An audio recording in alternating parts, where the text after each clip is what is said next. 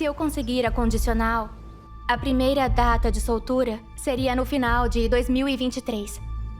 Eu poderia finalmente começar a viver a minha vida. Quando eu era mais nova, a minha mãe me disse, desse jeito mesmo, tem algumas coisas que você nunca vai fazer. Mas depois de um ano de liberdade, eu espero ser uma pessoa totalmente independente. Ter a minha própria casa, meu próprio carro, ganhando meu próprio dinheiro.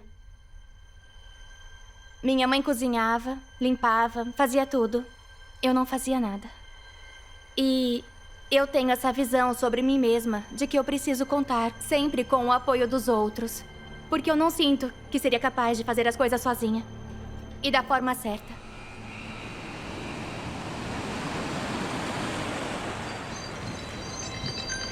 Essa é uma chamada de uma instituição penitenciária e poderá ser monitorada e gravada.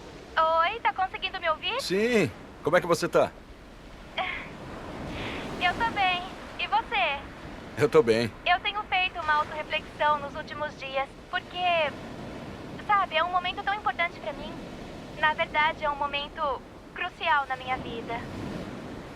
Quando você sair, eu com certeza sempre vou ser uma grande parte da sua vida. Mas vem cá, o que você acha que vai precisar de mim, como seu pai? A minha mãe contou tantas e tantas coisas, e eu não sei o que é verdade ou o que é mentira. Então nós vamos ter que encarar essa conversa difícil. Claro. Então eu só preciso que você me diga o que é verdade e o que é mentira. Eu não fui o melhor pai. Eu deveria ter ido vê-las. Eu tinha as minhas suspeitas. Caramba, eu não tô querendo dar desculpas, mas era difícil não acreditar na Didi. Os médicos acreditavam, os amigos dela, os vizinhos, todos acreditavam naquelas mentiras. Desde criança, a minha mãe mentia sobre a minha idade. E eu pensava ter 15 anos. Até um dia eu encontrar um documento e descobrir que, na verdade, eu tinha 19. Naquela época, eu conheci um cara, o Dan, na VisionCon. E ele sempre me dizia, você já é adulta, você já pode ir embora. Então eu fugi por um tempo. Eu achei que talvez ele pudesse ser o cara. Mas ele nem tinha um carro. Ele nem sequer tinha um lugar próprio. Ele estava de favor na casa de um amigo. E eu pensei, ok, realmente não era isso que eu esperava. Naquela noite, a minha mãe acordou, provavelmente por volta das 4 horas da manhã, e notou que eu não estava em casa. Então ela se levantou para olhar pela casa e o meu celular tinha caído da mochila. Então ela viu as mensagens entre mim e o Dan, e instantaneamente ela soube. Então ela começou a ligar para os amigos em comum lá da convenção. E um deles disse a ela onde eu estava. E agora ela poderia ir atrás de mim. Era quase 8 horas da manhã. Quando ela chegou na porta, eu e ele estávamos dormindo. O amigo dele chegou e disse, a sua mãe está aqui. E o meu coração pesou feito uma âncora. Daí ela entrou pela porta. Eu me sentei e a primeira coisa que eu disse foi, eu sei que tenho 19 anos e posso estar aqui se eu quiser. E ela respondeu, cadê meus comprimidos? Eu tinha roubado os analgésicos dela. Então eu devolvi os comprimidos. Depois ela disse, cadê meu dinheiro? E eu devolvi o dinheiro que tinha roubado dela. Era cerca de uns $1.000. Então, ela perguntou se podíamos conversar na varanda. Nós fomos para a varanda. E lá ela me disse, se você voltar comigo, eu vou deixar vocês se verem. E naquele momento, eu acreditei nela. Eu era completamente dependente dela. Então eu resolvi voltar. É claro que a Gypsy iria ceder depois daquele episódio. E até depois de outros, quando ela tentou ganhar um pouco de independência. porque a sua sobrevivência total dependia da mãe dela.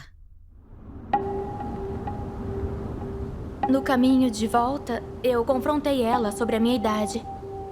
Eu nunca tinha ido contra ela antes. E ela tentava me convencer do contrário. Então ela parou em uma gráfica.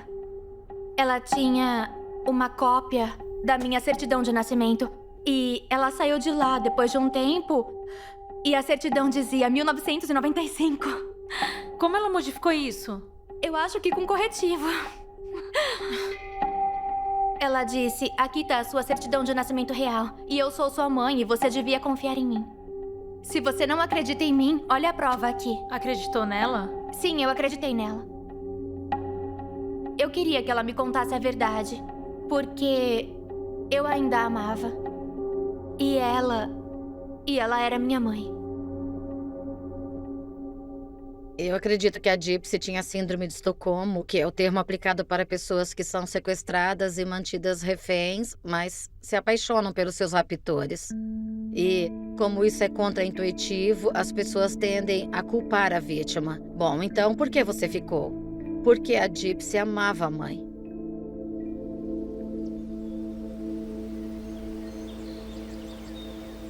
Eu nunca contei isso pra ninguém, mas pouco depois ela me obrigou a fazer um teste de gravidez, porque ela pensou que eu tinha feito sexo com Dan.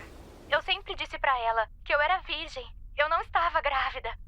Mas ela dizia, eu não sei o que você fez com ele. E ela me contou que eu podia engravidar só de beijar um cara. Então eu fiz o teste de gravidez e deu negativo.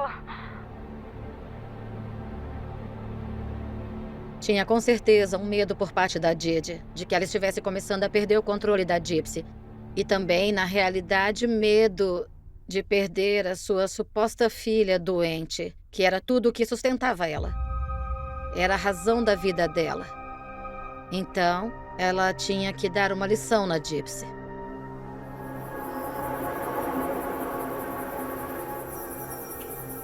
Assim que ela me levou pra dentro de casa, ela me algemou na cama. Ela estraçalhou o meu computador, o meu celular e eu fiquei presa por 2 semanas. O que ela usou pra amarrar você na cama? Algemas e uma coleira de cachorro. A coleira do cachorro ficava presa nela. Então, sempre que eu me mexesse, ela sentia eu me mexendo. E se ela estivesse dormindo e eu me mexesse, ela acordava. Eu estava totalmente à mercê dela para todas as coisas. Para ir ao banheiro, para comer. E como punição, ela não me dava nenhum tipo de comida por vários dias. Mas ela comia o que ela queria. Então eram coisas como essas que ela fazia que eram puras provocações.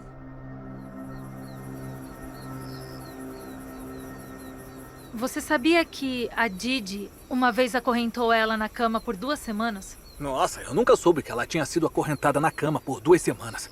Que é isso? Agora tudo isso meio que faz sentido na minha cabeça, entende? É quase como se eu pudesse ver isso acontecendo. Mas que horror.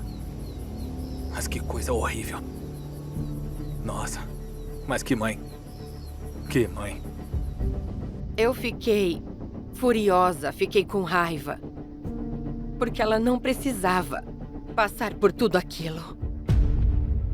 Essa é uma comunicação muito clara. Se você cruzar essa linha, em primeiro lugar, não vai se safar. E em segundo lugar, na próxima vez, vai ser pior. Ela sabia as coisas que eu tinha medo. Ela sabia o que fazer para me abalar.